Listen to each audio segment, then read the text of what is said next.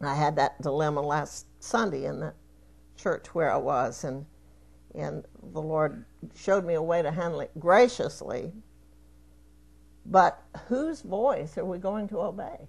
Are we going to obey the voice of Babylon in us, where we are wanting a conspicuous spot and where we're wanting to be large in mind, estate, honor, and pride?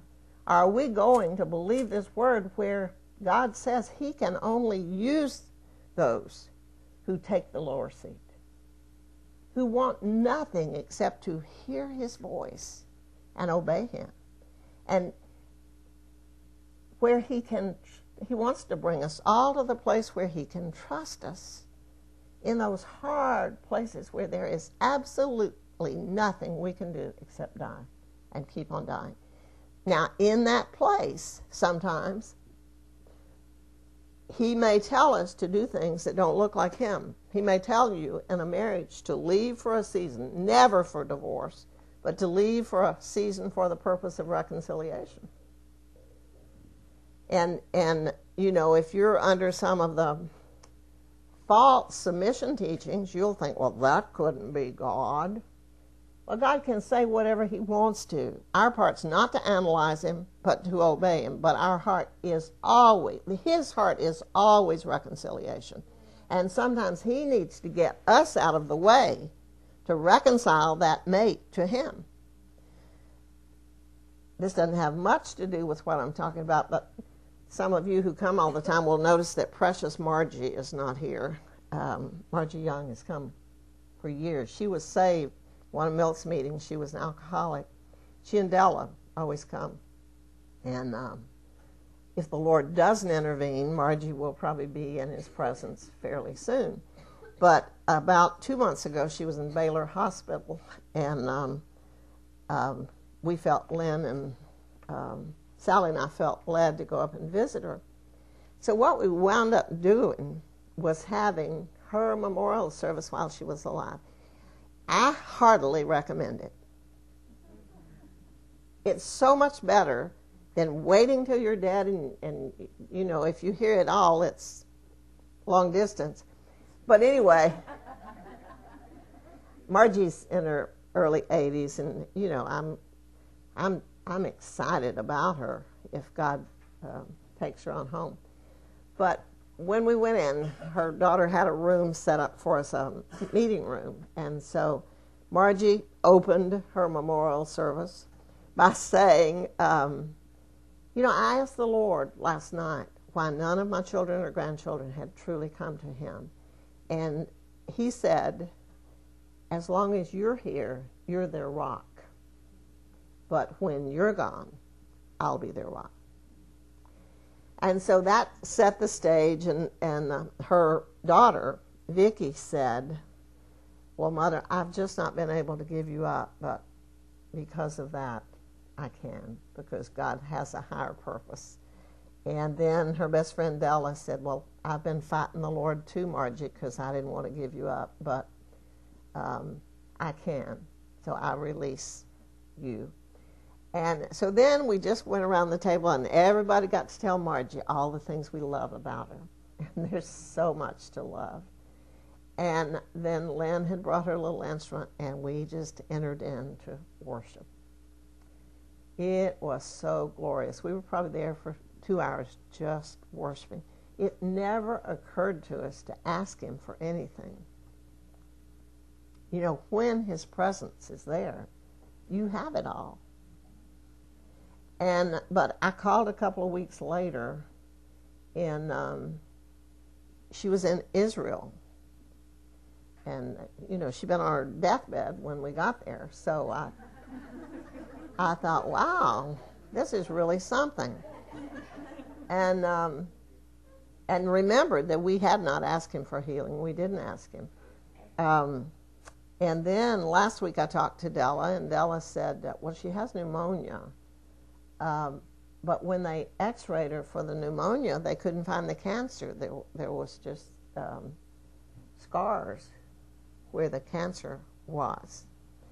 And so I had told Margie that day and believed it was the Lord. You know, I'm not infallible in that, but I had told her that when she died, that it would not be of cancer. So anyway, I don't know what made me think of that, but if any of y'all can tie it in with anything we've been saying, well, you're welcome to try.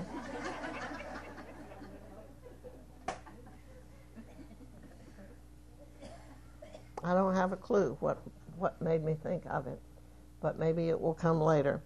But I do recommend having your memorial service before you die. It was really, really sweet and refreshing, and that word, death, is such a shame that we don't talk about it to people as a rule who are dying, when the thing they need most is to be able to express what they're feeling, their fears, their desires. We need to talk to people, because for believers, death really shouldn't have any sting. That thing of feeling like, well, now an easy place for me to move into would be, well, Lord, I've been ready to die up till now, but I really need to stay here to take care of my grandchildren. What that's saying is, I can trust you with everything except my grandchildren. If he decides to take any one of us at any given time, you can believe he's got all the details here worked out. So we as believers need to begin to comfort those who may be facing death with the comfort that he will give to us as we just agree with him. I still can't remember why I went there. Well, that's okay. But back to Babylon. Probably one thing that I was going to say about Margie, she was saved as an alcoholic in one of Milt's early meetings. She was so innocent she was so free from religious tendencies, because she never got into a system where she had to conform to their particular set of rules. She was just free to seek after Jesus, and did that. And it's wonderful to watch little sheep that the shepherd has just been free to shepherd without the fingerprints of controlling flesh on it. So maybe that's what I was going to say. Symbolic Babylon is that attitude of the heart that makes us think we can solve all of our problems and meet all of our needs without God. We look to government, politics, science, technology, psychology, sociology, economics, entertainment, and religion for our help, things that we have invented. Therefore, we look to ourselves to save ourselves. Now, all of that, some of that has filtered in to all of us.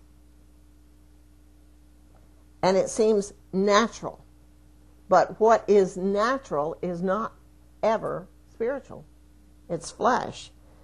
Paul has already established in Galatians 5:17 that the flesh lusts or sets its desire against the spirit, and the spirit against the flesh. And these are contrary to one another, so that you do not do the things that you wish.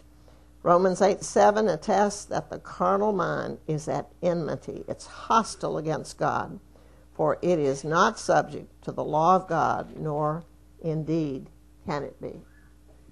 So what God wants to do through times in the Word and by His Spirit is cleanse us from all of self, or Babylon. The flesh loves self. Self with a capital S, self-centered, self-indulging, self-absorbed, self-willed, self-serving. The flesh nature is prideful, arrogant, haughty,